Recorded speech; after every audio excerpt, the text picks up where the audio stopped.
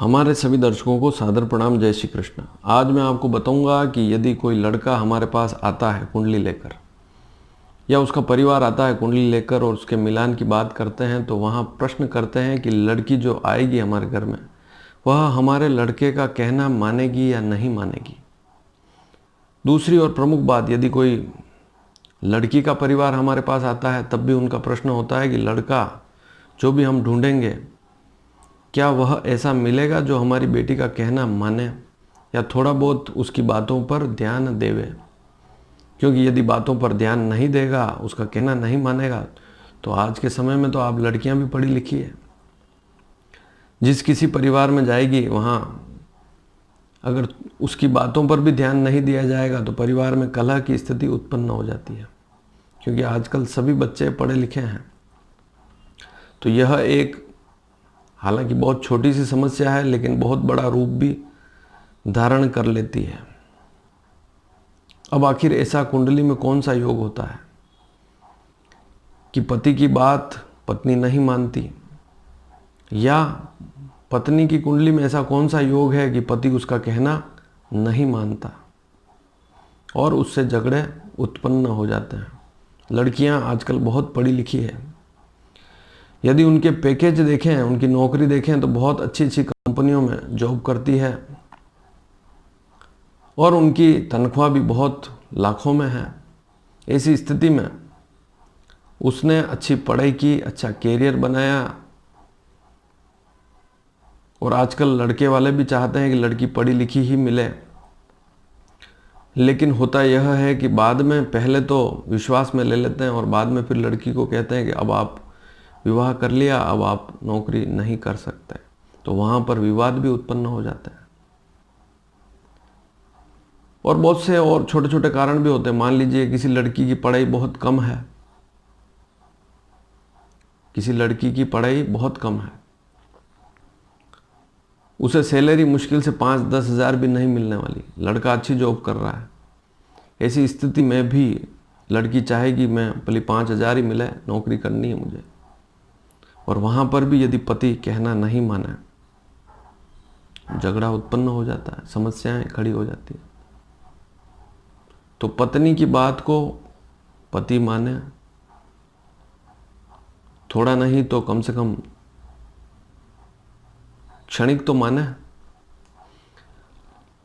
और पति की बात को भी पत्नी मान लेवे तो जीवन में समस्याएं होती ही नहीं है। लेकिन क्या करें, दो लोग, एक लड़का एक लड़की, दो जीवात्मा है, दोनों का मिलन हो रहा है, दोनों का विवाह हो रहा है, लेकिन दोनों की मस्तिष्क विचारधाराएं अलग अलग होती है। चाहे दोनों की एक ही राशि क्यों ना हो, विचारधाराएं अलग होती है। अब आप कुंडली मिलाने जाते हैं तो बकुट दोष, नाड़ी दोष, राशि मैत्री, सारी चीज़ें आपने देख ली, सारी स्थितियां आपने देख ली, लेकिन कुंडली में ऐसा कौन सा योग है जिसके कारण पति पत्नी का कहना नहीं मानता और पत्नी भी हो सकता है कि पति का कहना नहीं माने। तो ऐसी स्थिति में लड़के की कुंडली में ऐसा योग होगा जिसकी वजह से उसकी पत्नी उसका कहना नहीं मानेगी, और लड़की की कुंडली में भी ऐसा कोई योग है और वह योग बन रहा है, योग भी बताऊंगा इसी वीडियो में, तो पति उसका कहना नहीं मानेगा। अब इस योग को कैसे समझें? तो सबसे पहले तो आप एक पेन और एक कागज़ ले लीजिए और हमारे इस चैनल को सब्सक्राइब अवश्य कीजिए। बिना सब्सक्राइब किए आप हमारे आने वाले वीडियो कभी भी नहीं देख पाएंगे। हो सकता है आपको मिले ही नहीं, नोटिफिकेशन मिले ही नहीं। इसलिए आप सब्सक्राइब कीजिए हमारे चैनल को, और ये महत्वपूर्ण जो जानकारियां हैं आप घर बैठे सीख भी सकते हैं। तो सबसे पहले तो आप कॉपी पेन लेवें और ये जो चार्ट मैं आपके सामने रख रहा हूँ इसे उतार लेवें। ये चार्ट हमेशा ही उतार के रखें यदि आप ज्योतिष को थोड़ा बहुत भी समझना चाहते हैं। राशि लिखी हुई है, राशि के आगे उसके नाम लिखे हुए हैं, मेष, वृषभ, मिथुन, कर्क, सिंह, कन्या, तुला, वृश्चिक, धन, मकर, कुंभ, मीन, और उसके स्वामी भी लिखे हुए हैं। जैसे मेष वृश्चिक का स्वामी मंगल है, वृषभ तुला का स्वामी शुक्र है, मिथुन कन्या का स्वामी बुध है, कर्क का चंद्रमा है, सिंह का सूर्य है, धनु और मीन का गुरु है, मकर कुंभ का शनि है। तो सभी स्वामी राशियों के लिखे हुए हैं। इसे नोट करना अति आवश्यक है। बिना इसे नोट किए आप कुंडली को नहीं समझ सकते। छोटी सी बात है, याद नहीं कर सकते तो उतार लीजिए। अब आप कुंडली देखिए। अब आपको नेक्स्ट एक कुंडली देखनी है। इस कुंडली में लग्न कुंडली आपको खोलनी है। आपकी कुंडली में आप यह योग देखना चाहते हैं तो आप अपनी कुंडली खोल लें। और कौन सी कुंडली देखनी? लग्न कुंडली, जहाँ लिखा हो लग्न कुंडली या जन्म कुंडली ही देखनी है, अन्य कोई भी कुंडली नहीं देखनी। जैसे चंद्र कुंडली हो, नवांश कुंडली हो, ऐसी कोई भी कुंडली नहीं देखनी है। बहुत सी बार लोगों के प्रश्न भी होते हैं कि कौन सी कुंडली देखें, नवांश देखें, कौन सी देखें। तो मैं आपको बता रहा हूँ केवल लग्न कुंडली ही देखनी है, क्योंकि वास्तविक कुंडली ही लग्न कुंडली ही होती है। सबसे पहले लग्न कुंडली ही बनती है, वही वास्तविक कुंडली कहलाती है। तो लग्न कुंडली में हम पति या पत्नी के लिए सप्तम भाव को देखते हैं। हमेशा एक बात ध्यान रखिए, सप्तम का शत्रु होता है, लग्न जो होता है उसका शत्रु जो है वो सप्तम भाव होता है। लग्न में जो राशि लिखी हुई है, सप्तम में जो राशि लिखी हुई है, ये दोनों राशि स्वामी आपस में एक दूसरे के विपरीत ही होते हैं, यह मानकर चलिए। इसलिए ज्योतिष शास्त्र में सप्तम भाव को मारक भाव भी कहा जाता है। मारक भाव का अर्थ सप्तम भाव का जो स्वामी है उसकी यदि दशा आ जाए तो शरीर में रोग समस्याएं भी खड़ी हो जाती हैं। लेकिन सप्तम भाव से पत्नी को भी देखते हैं, और लड़के की कुंडली में सप्तम भाव पत्नी का भाव है, लड़की की कुंडली में सप्तम भाव लड़के का भाव है। आज जो योग बता रहा हूँ यह बहुत ही साधारण योग है। हालांकि इस योग से बहुत सी बार तलाक जरूरी नहीं कि होते हैं, लेकिन घर में छोटी मोटी कलह अवश्य होती है, और इसे भी समझना अति आवश्यक है। क्योंकि लोगों के प्रश्न ऐसे ही होते हैं कि मेरे लड़के का विवाह जिस किसी लड़की के साथ होगा वह कहना मानेगी या नहीं मानेगी, मेरे लड़के का जो भी कहा है उसे मानेगी या नहीं मानेगी। या लड़की वाले प्रश्न करते हैं कि लड़की तो अच्छी पढ़ी लिखी है हमारी, कल को हम किसी घर में इस लड़की को देंगे और वहाँ पर वो लड़का अगर हमारी लड़की का कहना नहीं मानेगा, एक भी बात नहीं मानता है, तो इससे तो समस्याएं खड़ी हो जाएगी। ये तो बहुत अच्छी जॉब करती है। तो सप्तम भाव का स्वामी यदि चौथे भाव में बैठ जाए, चतुर्थ भाव, ध्यान से देखें इस कुंडली को, सप्तम भाव में कोई न कोई अंक लिखा होगा। अभी मैंने थोड़ी देर पहले ही आपको एक चार्ट बताया, उस अंक से आप समझ सकते हैं कि कुंडली में अंक लिखे हुए होते हैं।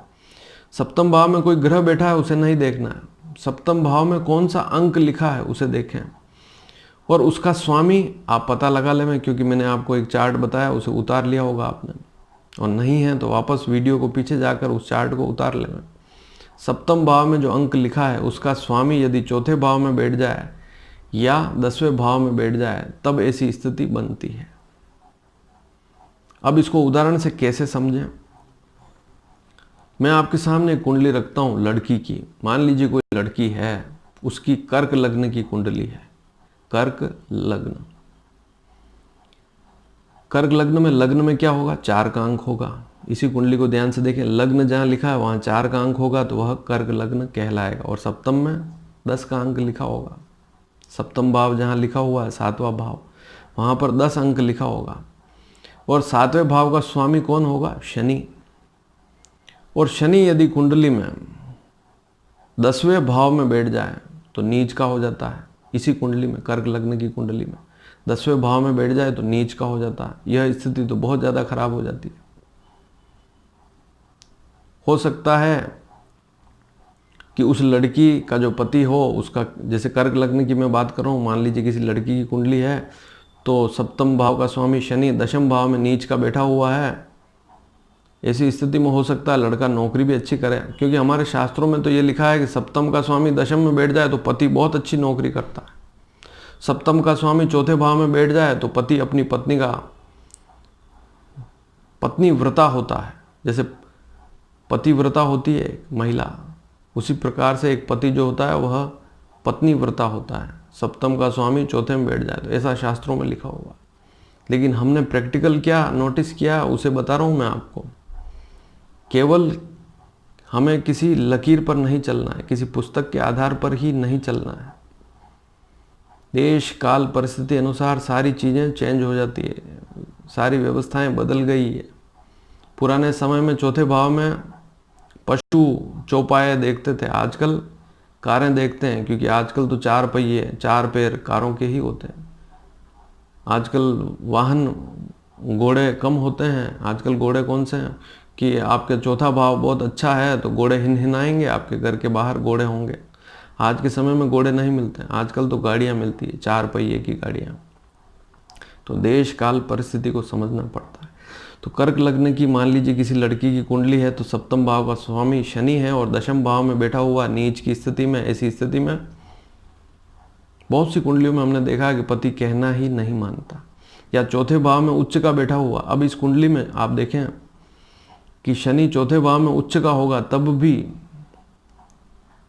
अगर उस लड़की को दशाएं भी उल्टी सीधी चल रही, जैसे कर्क लग्न में चंद्रमा मंगल गुरु की दशाएं बहुत अच्छी होती है, लेकिन इसके विपरीत यदि उसको बुध की, शनि की, शुक्र की दशाएं चले, ऐसी स्थिति में जब भी शनि के अंतर आएंगे उस समय भी समस्याएं रहती है। पति चाहे कितना भी अच्छा काम करे, लेकिन सप्तमेश यदि चौथे भाव में बैठ जाए या सप्तमेश दशम भाव में बैठ जाए, ऐसी स्थिति में पति पत्नी की बात कम मानेगा, उसको स्वीकार नहीं करेगा। बहुत सी बार विरोधाभास भी होता है और उससे घर में कलह उत्पन्न हो जाता है। उसका कारण कुछ भी हो सकता है। इसी प्रकार मान लीजिए किसी लड़के की कुंडली आपके सामने आ गई, मेष लग्न की कुंडली है लड़के की,